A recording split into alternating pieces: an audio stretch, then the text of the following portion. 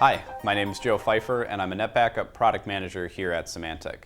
Previously, before I was working in product management, I was actually an engineer within NetBackup. So today what I really want to do is spend some time and explain exactly how NetBackup for Exchange works, and specifically talk about a feature that we implemented with NetBackup 6.5.3 called Granular Recovery Technology, or GRT for short. So to start, let's just take the example here of an Exchange server. So when you have an Exchange server, most people, the way they do backups, they think about doing two types of backups. They do what they would call a MAPI, or a brick level backup, and then they would also do some sort of database or application level backup. And those two types of backups are sent off to their NetBackup server. Now the reason a lot of people do these two types of backups is because they have a requirement to do two types of restores. They might have the need to restore individual email messages, Outlook calendar appointments, mailboxes, individual items when a user accidentally deletes or they become corrupt, which is where you're utilizing the MAPI level backups. The other type of backup here for database or application level recovery is done off of the database or application level backups. So what we did with Granular Recovery Technology is we literally eliminated MAPI level backups. But you still have the ability here to take this database or application level backup and do an individual email message, mailbox, or calendar item restore off of that backup. So this is a great benefit here because you're not taking two backup passes. It's simpler in terms of configuration and administration. It's much quicker. It reduces the amount of storage and just has a lot of benefits to just make this whole process more simple. Now to utilize this granular recovery technology, you do have to be running Exchange 2003 or Exchange 2007. And obviously Exchange runs on the Microsoft Windows Server platform, so you'd be running this on either Windows Server 2003 or the new Windows Server 2008. Now one of the requirements when you're using this granular recovery technology is that your NetBackup server has to send granular recovery to disk. So when you send these items to disk, that's actually a requirement because the granular recovery technology has to do random I/O access to be able to bring those items back. So you cannot send a granular recovery backup to tape. Now there's some details with that disk requirement that I want to get into here. So when you talk about disk, what does that actually mean? For disk in NetBackup here, this could be pure disk, which is our built-in deduplication option. You could also use open storage. You could also use some of the options within flexible disk. So if you have, say, advanced disk, which lets you pool multiple disk volumes together to do disk spanning, or even basic disk, which is pretty much the same concept as advanced disk, but you're not pooling those resources together. So any of these types of storage units would be the type of disk that you could send granular recovery items to. Now you notice one of the big things that's omitted from this list is VTLs.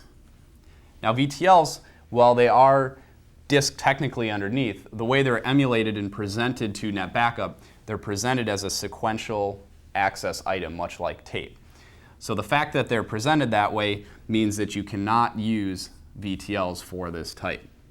Now a lot of these appliances make open storage plugins, so that would be the way that you could utilize that hardware and still be able to get this granular recovery. Now once you send it to disk, you can still take these images and send second copies to tape. And if you send it to tape, this can be VTL.